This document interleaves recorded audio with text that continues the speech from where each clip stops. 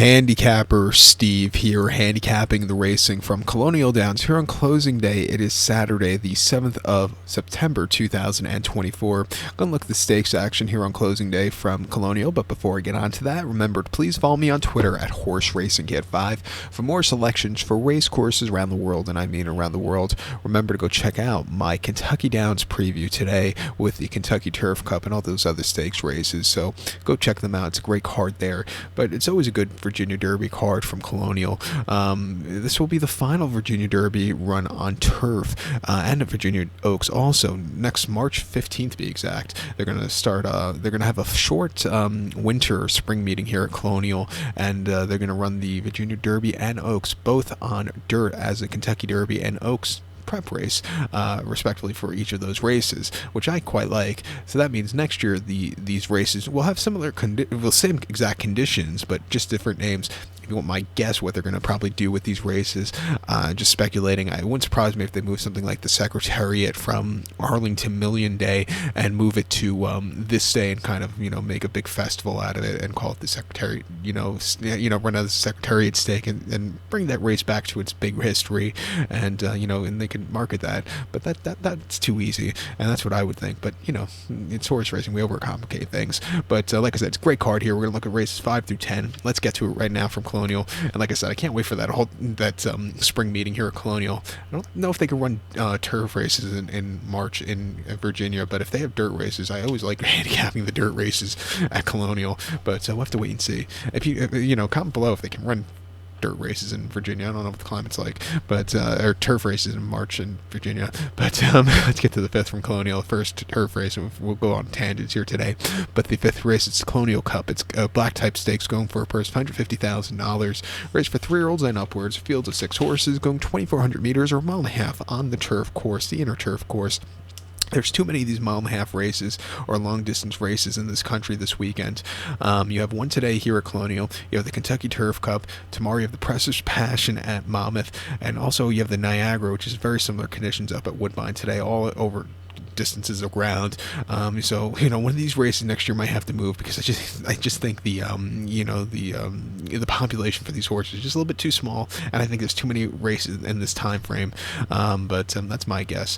That's my my opinion. But I'm going to take the 2-horse Truly Quality as a top selection. 263 for me in the trifecta. 263 trifecta, top selection, 2-horse Truly Quality. This 4-year-old gelded by Quality Road. Jonathan Thomas trains. Manny Franco gets the mount.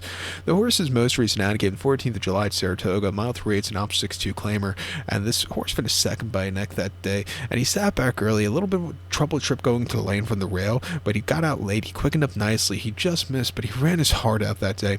Coming here to stakes quality horse for the first time. It's not the world's deepest race. I think he could have a trip to win. He ran terrifically on the 27th of May at Aqueduct. Mile 3/8 an allowance race for $100,000. It was a success, winning by a half a dozen lengths that day from a tracking trip. He was wide, but he flew home clear. A very good run for him there. And then Keelan over the mile and a half in a allowance race, finished third by 3/4 length. He had a very wide trip, but he stalked. He had the lead. He got overtaken in the lane by Champagne Juan, but again, he ran his heart out. Since taking this horse to a longer trip last summer, he's really improved a lot since breaking his main at Belmont, going a mile and a quarter.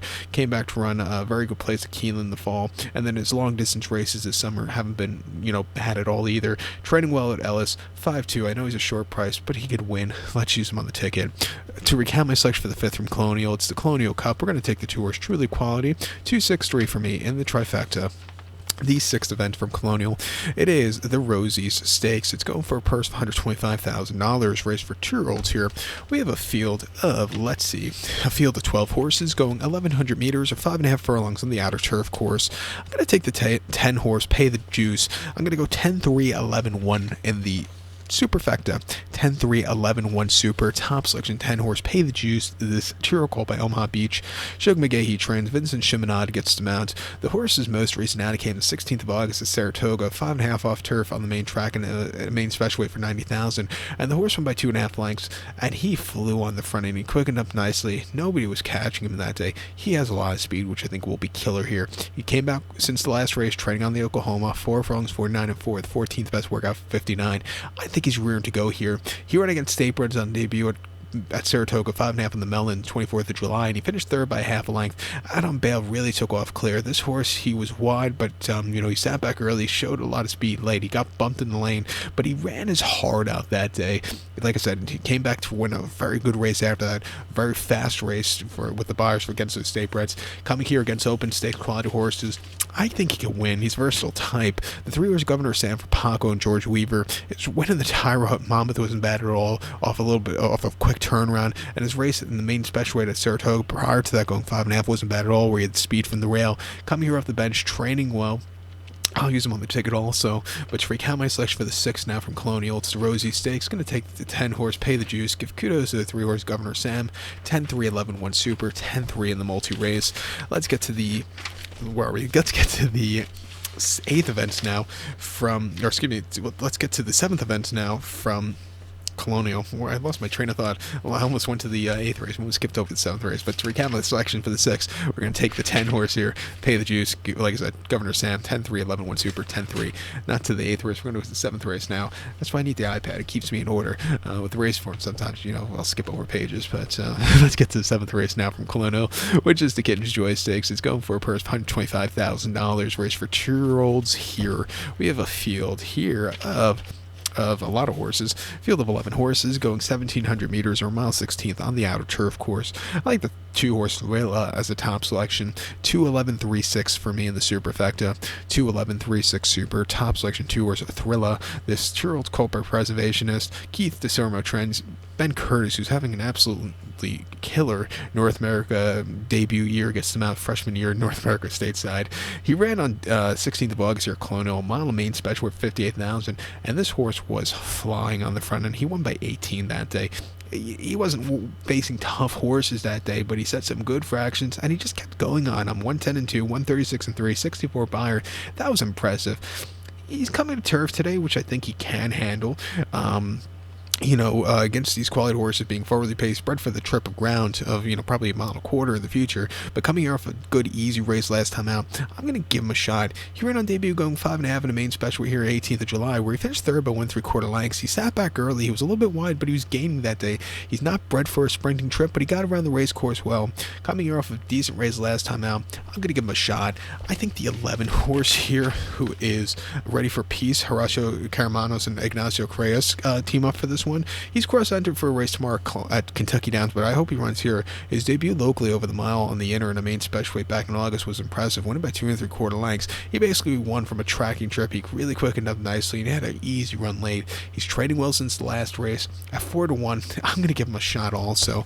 But to recount my selection for the 7 from Colonial, it's the Kittens Joy. Going to take the 2-horse Thrilla. Give kudos to the 11 horse Ready for Peace. 2-11-3-6 Super. 2-11 in the multi-race. The 8th race now from Colonial. It is the DeHaas Stakes. It's going for a purse of $150,000, race for 3-year-olds and upwards. We have a oversubscribed field of 14 horses entered to go 1,100 meters or 5.5 on the outer turf course. Gonna take the 7-horse Run Carson. 7-9-14-8 for me in the superfecta. 7-9-14-8 super. Top selection 7-horse Run Carson. This 3-year-old colt by McLean's Music. Kelsey Danner trains. Chevion Toledo gets the mount. The horse's most recent outing came the 11th of August, Saratoga, 5.5 in the Mahoney, and the horse finished second by a neck that day, and he had a very wide trip. He stalked, he quickened up, the winner had the jump on him, but this horse ran his heart out 36.5-1. Refreshing here, back to Colonial, where this horse ran very well 2-back. I'm going to give him another spot to find the winner's circle today. 2-back locally, 5.5 in the allowance race, 72,000 against Olders. He won by a half a length that day, and he saw a good tracking trip. He quickened up nicely, and he got the job done. A career best 86 buyer at the time. That was a very good race for him. And then a Churchill 5.5 in June in an allowance race for 121,000. Finished third by 2 3/4 lengths. He was very wide. He just kind of got overtaken late. But, he ran his heart out. Even his dirt effort, he ran an okay third place finish. But if you look at his turf numbers, that's really where he's improved a lot. Since the last race, he's training quite nicely at turf, way half mile, 49-1. 6-1. I'm going to use him on the ticket. I think the 9-horse Dream Shake for Ben Kurz and Michael Stidham can win also. He won the Van Cleef from the rail here, going 5.5 on the 11th of August off the bench, winning by 3/4 length, closing it from mid pack. I thought that was a very good effort for him. His most previous race was Kennedy Road at Woodbine 6 furlongs in November, where he finished third by 1 3/4 lengths. He had a little bit of a trouble trip that day. He was a little bit wide late, but he really gained a lot of ground there. And then the Arctic before that, he had a very good 5th place finish in that all-out finish where he was basically, on the middle of the lane closing up that day. But again, a good run. His races last season weren't bad at all. Since coming to turf, he's really been an improving type. 7-2. Let's use him on the ticket in this one. But to recap my selection for the 8th now from Colonial, it's the Joy Stakes. Going to take the 7-horse Run Carson. Give kudos to the 9-horse Dream Shake. 7-9, 14-8, 7-9 in the multi-race. Let's get to the co-featured 9th race, which is the Virginia Oaks. It's going for a purse of $250,000. Race for 3-year-old fillies here. We have a field, let's see, of a field of 13 horses. A baker's dozen going 1,800 meters or a mile and 1/8 on the inner turf course. Going to take the 7-horse Deep Satin. 7-3, 111 for me in the superfecta. 7-13, 111 super. 111 super. Top selection 7-horse Deep Satin. This 3-over by American Pharaoh. Sherry DeVoe trains Michelle. Michael Sanchez gets the mounts. The horse's most recent outing came the 14th of July at Saratoga. Mile 16th on a melon in main special weight. And this horse went by 3 lengths that day from a tracking trip. He was wide, but he flew home clear late. He had a dream trip late. 85 cents a dollar, part of an entry favorite. He ran terrifically. Coming here, stakes quality horses and winner for the first time shouldn't be a problem. I think this horse could really improve off that run.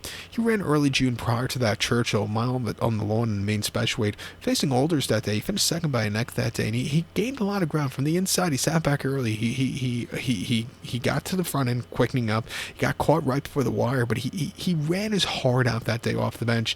And then early April at Keeneland, mile 16th in the main special weight, he finished second by a length. Again, he was stupidly wide, but he got around the race course well. He's been an improving type. He's training well in the Oklahoma at Saratoga. 5-1, he can win. I think the 13 horse here, Bells of Rights for Forest Boys and Shug could win also.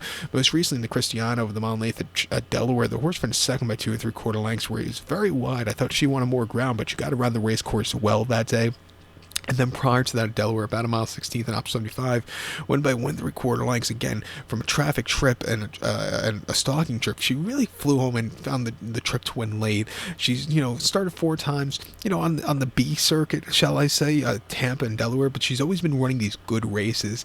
Coming here today with some decent buyers, going to have to overcome a wide posture, but I think she has a turn of foot to win at 8-1. Let's use her on the multi-race ticket. But to recap my selection for the 9th from Colonial Downs, it's the Virginia Oaks. Going to take the 7-horse Deep Satin. Give kudos to the 13-horse Bells of Right.